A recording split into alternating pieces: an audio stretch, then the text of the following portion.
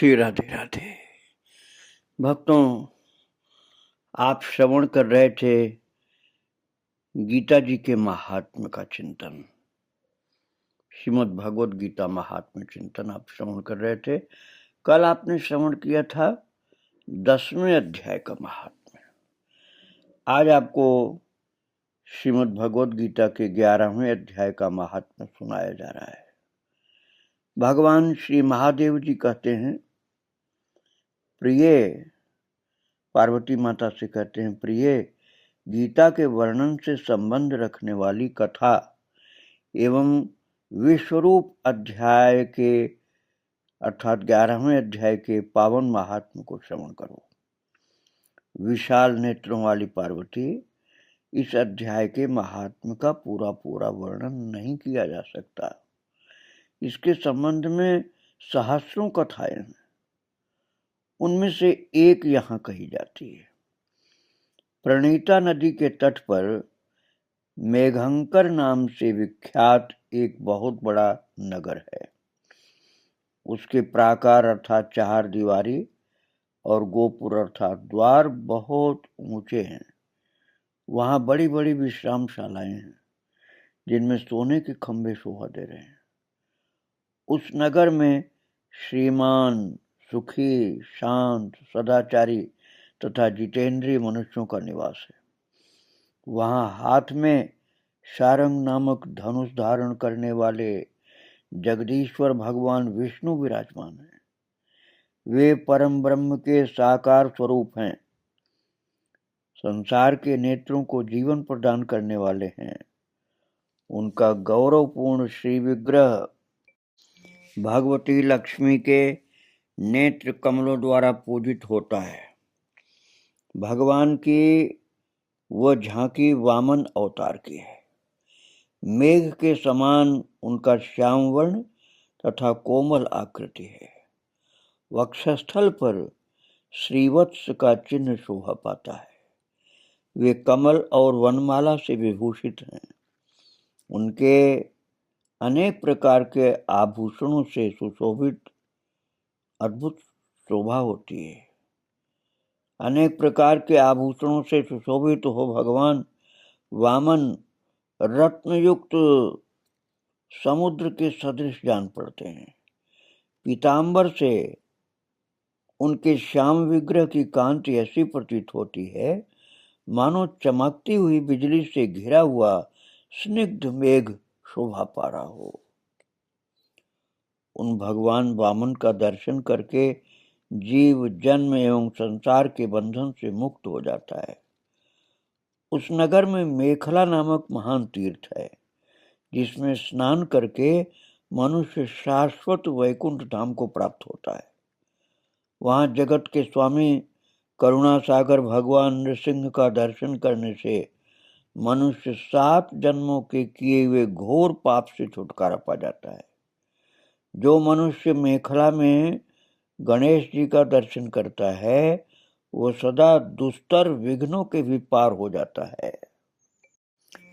उसी मेघंकर नगर में कोई श्रेष्ठ ब्राह्मण थे जो ब्रह्मचर्य परायण, ममता और अहंकार से रहित, वेद शास्त्रों में प्रवीण, जितेंद्रिय तथा भगवान वासुदेव के शरणागत थे। उनका नाम सुनंद था। शिव जी कहते हैं, प्रिय, वे शारंग धनुष धारण करने वाले भगवान के पास गीता के 11वें अध्याय विश्वरूप दर्शन योग का पाठ किया करते थे। उस अध्याय के प्रभाव से उन्हें ब्रह्म ज्ञान की प्राप्ति हो गई थी। परमानंद संदोह से पूर्ण उत्तम ज्ञानमयी समाधि के द्वारा इंद्रियों के अंतर्मुख हो जाने के कारण वे निश्चल स्थिति को प्राप्त हो गए थे और सदा जीवन मुक्त योगी की स्थिति में रहते थे। एक समय जब बृहस्पति सिंह राशि पर स्थित थे, महायोगी सुनंद ने गोदावरी तीर्थ की यात्रा आरंभ की। वे क्रमशः विरज तीर्थ, तारा तीर्थ, कपिला संगम, अष्टतीर्थ, कपिलाद्वार, नृसिंहवन, अंबिकापुरी, तथा करस्थानपुर आदि क्षेत्रों में स्नान और दर्शन करते हुए विवाह मंडप नामक नगर में आए। वहां उन्होंने प्रत्येक घर में जाकर अपने ठहरने के लिए स्थान मांगा, परंतु कहीं भी उन्हें स्थान नहीं मिला। अंत में गांव के मुखिया ने उन्हें एक बहुत बड़ी धर्मशाला दिखा दी। ब्राह्मण ने साथियों सहित उसके भीतर जाकर रात में विश्राम किया, निवास किया, और सवेरा होने पर उन्होंने अपने को तो धर्मशाला के बाहर पाया, किंतु उनके और साथी नहीं दिखाई दिए। वे उन्हें खोजने के लिए चले। इतने में ही ग्रामपाल के मुखिया ने, जो वहां विराजमान थे, उनसे उनकी भेंट हो गई। तो ग्रामपाल ने कहा, मुखिया ने, कि मुनि श्रेष्ठ, तुम सब प्रकार से दीर्घायु जान पड़ते हो। सौभाग्यशाली तथा पुण्यवान पुरुषों में तुम सबसे पवित्र हो। तुम्हारे भीतर कोई लोकोत्तर प्रभाव विद्यमान है। तुम्हारे साथी कहाँ गए और कैसे इस भवन से बाहर हुए, इसका पता लगाओ। मैं तुम्हारे सामने इतना ही कहता हूं कि तुम्हारे जैसा तपस्वी मुझे दूसरा कोई नहीं दिखाई देता। विप्रवर, तुम्हें किस महामंत्र का ज्ञान है, किस विद्या का आश्रय लेते हो, तथा किस देवता की कृपा से तुम्हें अलौकिक शक्ति प्राप्त हुई है? भगवान कृपा करके इस गांव में रहो, मैं तुम्हारी सब सेवा शुश्रूषा करूंगा। यूं कहकर के ग्रामपाल ने मुनीश्वर सुनंद को अपने गांव में ठहरा लिया। वो दिन रात बड़ी भक्ति से उनकी सेवा टहल करने लगा। जब 7-8 दिन बीत गए, तब एक दिन प्रातःकाल आकर वो बहुत दुखी हो महात्मा के सामने रोने लगा और बोला, हाय, आज रात में राक्षस ने मुझ भाग्यहीन के बेटे को चबा लिया। मेरा पुत्र बड़ा ही गुणवान और भक्तिमान था। ग्रामपाल के इस प्रकार कहने पर योगी सुनंद ने पूछा, कहाँ है वो राक्षस और किस प्रकार उसने तुम्हारे पुत्र का भक्षण किया है? ग्रामपाल बोला, ब्राह्मण, इस नगर में एक बड़ा भयंकर नरभक्षी राक्षस रहता है। वो प्रतिदिन आकर इस नगर के मनुष्यों को खा लिया करता था। तब एक दिन समस्त नगरवासियों ने मिलकर उससे प्रार्थना की। सबने प्रार्थना करते हुए कहा, राक्षस, तुम हम सब लोगों की रक्षा करो, हम तुम्हारे लिए भोजन की व्यवस्था किए देते हैं। यहाँ बाहर के जो पथिक रात में आकर नींद लेने लगे, उनको खा जाना। इस प्रकार नागरिक मनुष्यों ने गांव के मुझ मुखिया के द्वारा इस धर्मशाला में भेजे हुए पथिकों को ही राक्षस का आहार निश्चित किया।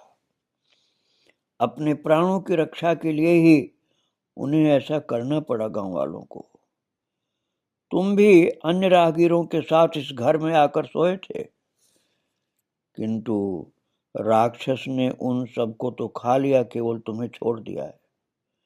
द्विजोत्तम, तुम में ऐसा क्या प्रभाव है, इस बात को तुम ही जानते होगे। इस समय मेरे पुत्र का एक मित्र आया था, किंतु मैं उसे पहचान नहीं सका। वो मेरे पुत्र को बहुत ही प्रिय था, किंतु अन्य राहगीरों के साथ उसे भी मैंने उसी धर्मशाला में भेज दिया। मेरे पुत्र ने जब सुना कि मेरा मित्र भी उसमें प्रवेश कर गया था, तो वो उसे वहां से ले जाने के लिए गया, परंतु राक्षस ने उसे भी खा लिया। आज सवेरे मैंने बहुत दुखी होकर उस पिशाच से पूछा, ओ दुष्टात्मन, तूने रात में मेरे पुत्र को भी खा लिया।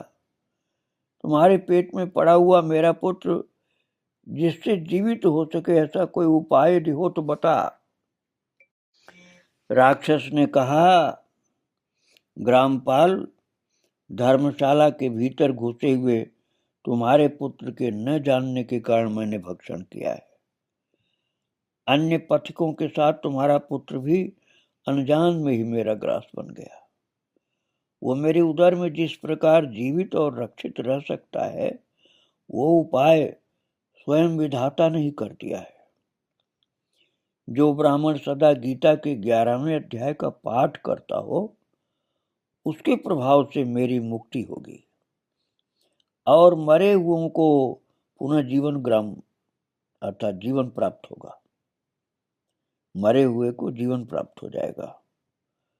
और यहाँ कोई ब्राह्मण रहते हैं जिनको मैंने एक दिन धर्मशाले से बाहर कर दिया था, वे निरंतर गीता के 11वें अध्याय का जप किया करते हैं।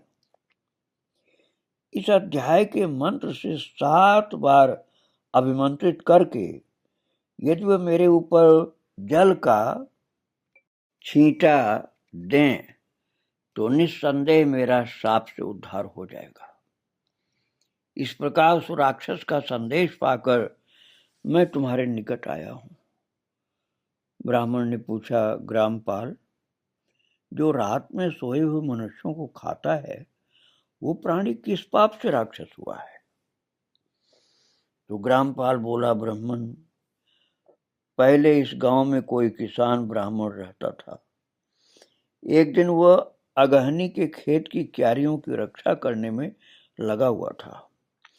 वहां से थोड़ी ही दूर पर एक बहुत बड़ा गिद्ध किसी राही को मारकर खा रहा था।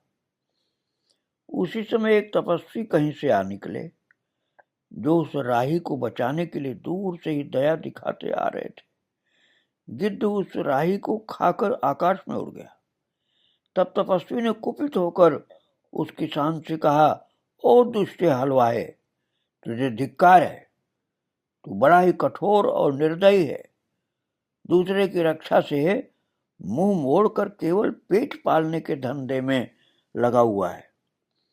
तेरा जीवन नष्ट प्राय है।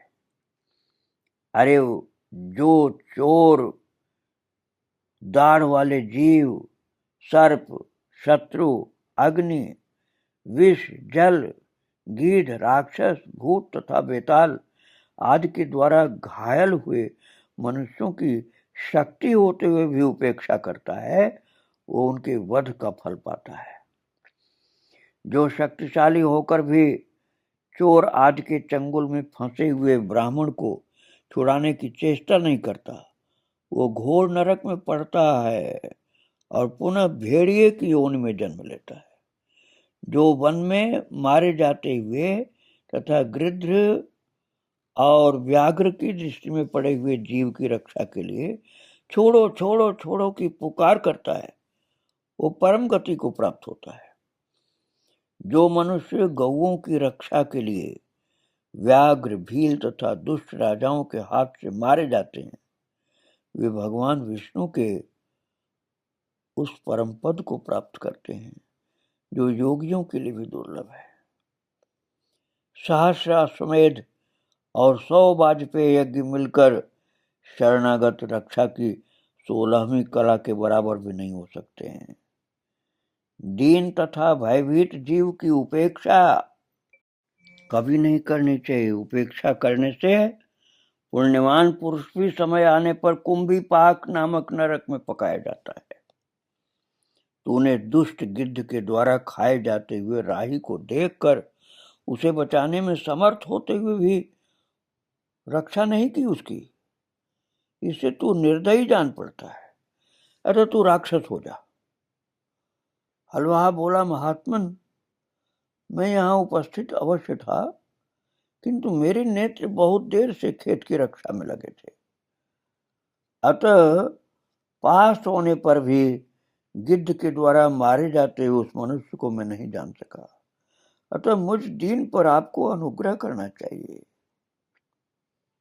तपस्वी ब्राह्मण ने कहा, जो प्रतिदिन गीता जी के 11वें अध्याय का पाठ करता हुआ है, तो उस मनुष्य के द्वारा अभिमंत्रित जल जब तुम्हारे मस्तक पर पड़ेगा, उस समय तुम्हें शाप से छुटकारा मिल जाएगा। ये कहकर के तपस्वी ब्राह्मण चले गए और वो हलवाहा राक्षस हो गया। अतः द्विजश्रेष्ठ, तुम चलो और 11वें अध्याय से तीर्थ के जल को अभिमंत्रित करो। फिर अपने ही हाथ से उस राक्षस के मस्तक पर उसे छिड़क दो। ग्रामपाल की ये सारी प्रार्थना सुनकर ब्राह्मण का हृदय करुणा से भर आया। वे बहुत अच्छा कह करके उसके साथ राक्षस के निकट गए। वे ब्राह्मण योगी थे। उन्होंने विश्वरूप दर्शन नामक 11वें अध्याय से जल अभिमंत्रित करके उस राक्षस के मस्तक पर डाला। गीता के 11वें अध्याय के प्रभाव से वो शाप से मुक्त हो गया। उसने राक्षस देह का परित्याग करके चतुर्भुज रूप धारण कर लिया तथा उसने जिन सहस्रों पथिकों का भक्षण किया था वे भी शंख चक्र एवं गदा धारण किए हुए चतुर्भुज रूप हो गए। तत्पश्चात वे सभी विमान पर आरूढ़ हुए। इतने में ही ग्रामपाल ने राक्षस से कहा, निशाचर, मेरा पुत्र कौन है, उसे दिखाओ।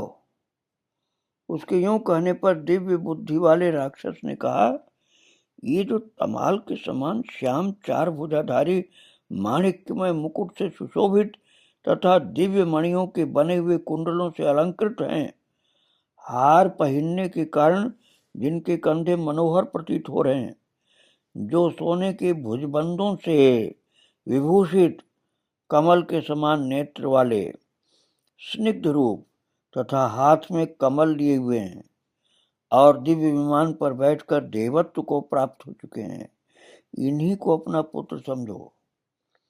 ये सुनकर ग्रामपाल ने उसी रूप में अपने पुत्र को देखा और उसे अपने घर ले जाना चाहा।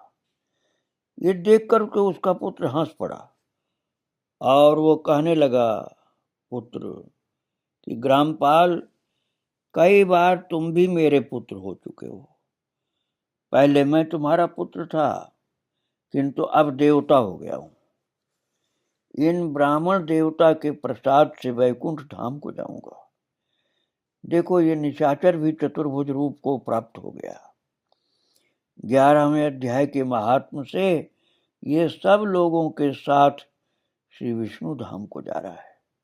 अतः तुम भी इन ब्राह्मण देव से गीता जी के 11वें अध्याय का अध्ययन करो और निरंतर उसका जप करते रहो।